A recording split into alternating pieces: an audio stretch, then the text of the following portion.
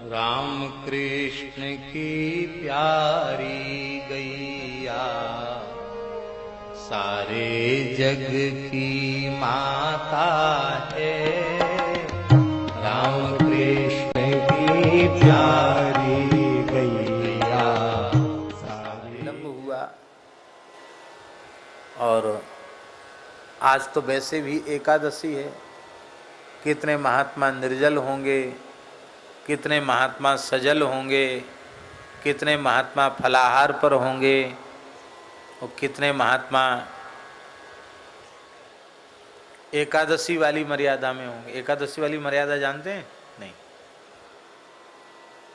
11 बार तक फलाहार कर लो तो एकादशी भंग नहीं मानी जाती। एकादशी है ना 11 बार। इससे ज़्यादा यदि फलाहार किया तो हो सकता है फिर कुछ विचार करना पड़े कि एकादशी है कि नहीं। पर भैया ये विनोद में बात हमने कही है, सांची बात तो ये है कि एकादशी भागवत जी में लिखा है एकादश्याम निराहार, निराहार रहना चाहिए। निराहार का अर्थ है निरंबु, जल भी न ले। सर्वोत्तम पक्ष है प्रत्येक एकादशी निर्जल होनी चाहिए। हमारे ब्रज में अभी भी सैकड़ों संत ऐसे हैं, चित्रकूट में बहुत से संत ऐसे हैं, अयोध्या जी में बहुत से संत ऐसे हैं जो प्रत्येक एकादशी निर्जल करते हैं। हमारे वृंदावन में पूज्य श्री सुदामा दास जी महाराज जीवन पर्यंत प्रत्येक एकादशी उन्होंने निर्जल की। सारे जीवन भर एकादशी निर्जल की उन्होंने। ऐसे बहुत से संत हैं। एक गुजरात के छोटे गांव में हम गए। खेती किसानी मेहनत मजदूरी करने वाले लोग, फैक्ट्रियों में काम करने वाले लोग, और एक संत के सत्संग के प्रभाव से उस गांव में कम से कम 100 स्त्री पुरुष ऐसे थे जो प्रत्येक एकादशी निर्जल करते थे। 8-8 घंटे मेहनत का काम करने के बाद हम तो दंग रह गए कि आश्चर्य है इन लोगों की निष्ठा। और निर्जल के साथ पूरी रात जागरण। और गुरुजी नाम के संत, उनके पास कीर्तन पूरी रात का, अखंड कीर्तन। ये वो संभव न हो सके तो जल पीकर एकादशी किया जाए। जल पीकर भी संभव न हो सके तो केवल दूध लेकर के, भारतीय देसी वेद लक्षणा गाय का दूध 1 बार 2 बार भी ले सकते, कोई बात नहीं, दूध लेकर के व्रत किया जाए। इतना भी संभव न हो तो फल खा करके व्रत करना चाहिए। फल ले ले, पर फलाहार के नाम पर कुटू की पूड़ी, राजगिरा का हलवा, बादाम का हलवा, काजू की बर्फी, पिस्ता की कतरी, मखाने की खीर, साबूदाने की और सामा की खीर, मलाई के मालपुआ, ये सब चीज़ जो है, छेना के रसगुल्ला, ये सब एकादशी के नाम पर पाना बहुत अच्छा नहीं है। क्योंकि फिर व्रत की कोई मर्यादा नहीं रह जाती है। अरे महीने में 2 व्रत होते हैं, उन 2 व्रतों को भी हम ठीक से नहीं कर सकते, फिर हमारा जीवन किस काम का। महाराज भूखे नहीं रह सकते, भूखे मरी जाएंगे। अरे इतना सौभाग्य किसका है कि एकादशी को मर जाए। कथनचित भूख के मारे प्राण ही निकल जाएं एकादशी को, तो इससे बड़ा सौभाग्य और क्या होगा। कहते एकादशी को भगवान के बैकुंठ के, गोलोक के, साकेत के फाटक खोले रहते हैं, सीधे जाएंगे। बहुत अच्छी बात है, इससे बढ़िया और क्या होगा। इस निश्चय के साथ श्रद्धा पूर्वक एकादशी करनी चाहिए। तुलसी निष्ठा, एकादशी निष्ठा और नाम निष्ठा, ये 3 निष्ठाएं वैष्णव ग्रंथों में बहुत विशेष रूप में वर्णित हैं। इनको श्रद्धा पूर्वक पालन करने वाले फिर से लौटकर संसार में नहीं आते हैं, पुनः किसी माता के गर्भ में उन्हें नहीं जाना पड़ता है।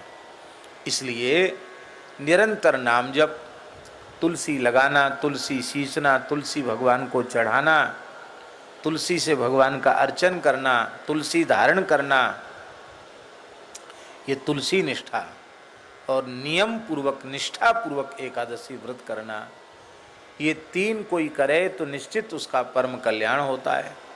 आप लोग कहेंगे कि जब आप ऐसा प्रवचन कर रहे हो तो आपने यहाँ फलाहार क्यों बनाया?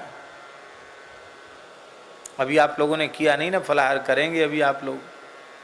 बढ़िया बढ़िया, पता नहीं क्या क्या बना, हमें तो पता भी नहीं क्या बना है फलाहार में। आम रस बना है, वाह क्या कहना।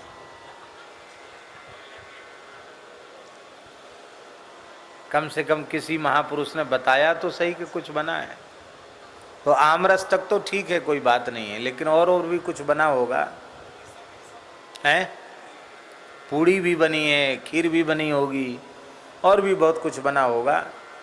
तो ये इसलिए बनाया गया है कि कहीं आप लोग मन में न कहें कि महाराज तो भूखे मर ही रहे हैं और हमें और भूखों मार रहे हैं।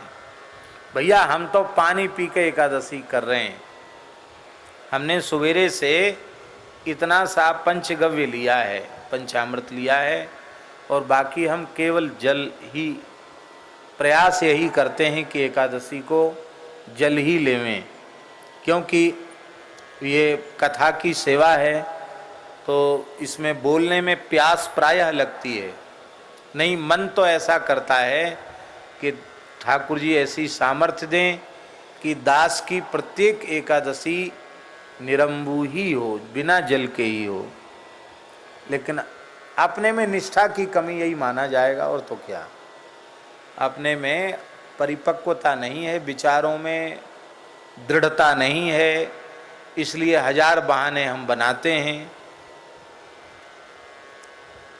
तो आज एकादशी है, एकादशी का समादर हम लोग करें, थोड़ा और स्पष्ट कर दें। ये जो कठोर ठीक से व्रत करने की बात हम उन लोगों के लिए कह रहे हैं जो सामर्थ्यवान है, कर सकते हैं। अब किसी को शुगर है, अब वो गोली नहीं खाए, ब्लड प्रेशर है और जाने कौन कौन सी तकलीफ है, गोली नहीं खाए, बिना खाए गोली नहीं खाई जाएगी, और बिना गोली खाए वो बेचारे उल्टे पलटे होने लग जाएंगे। एक सज्जन वृंदावन में भगवत शरणागति लेने आए, तो उपदेश होते होते वो लेट गए, उलट गए। उपदेश चल रहा था लाल बाबा वाले कमरे में, तो उलट गए। तो हमने सोचा कि विशेष भाव इनको जग गया है भगवान की बात सुन करके, इसलिए प्रेम का उदय होने से उलट गए हैं।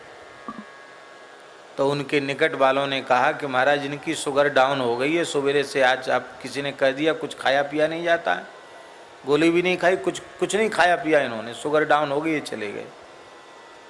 अब क्या बोले, जल्दी इनको। तो वो उनके साथ ही रखा था ग्लूकोज, तुरंत ग्लूकोज घोल करके पिलाया। तो थोड़ी देर में ऐसे ऐसे करते हैं। तब से हम पूछ लेते हैं, भैया शुगर वगर तो नहीं है? शुगर है तो भैया हम तो उसे भावावेश समझ रहे थे और वो दूसरा ही आवेश था, वो रोग का आवेश था। तो इसलिए जो शुगर वाले हैं वो अपने शरीर के सामर्थ्य के अनुसार करें, लेकिन जिनके शरीर में बल है, सामर्थ्य है, कुछ कर सकते हैं, ऐसे लोगों को एकादशी तो कम से कम ठीक से करो, और कोई करो चाहे मत करो।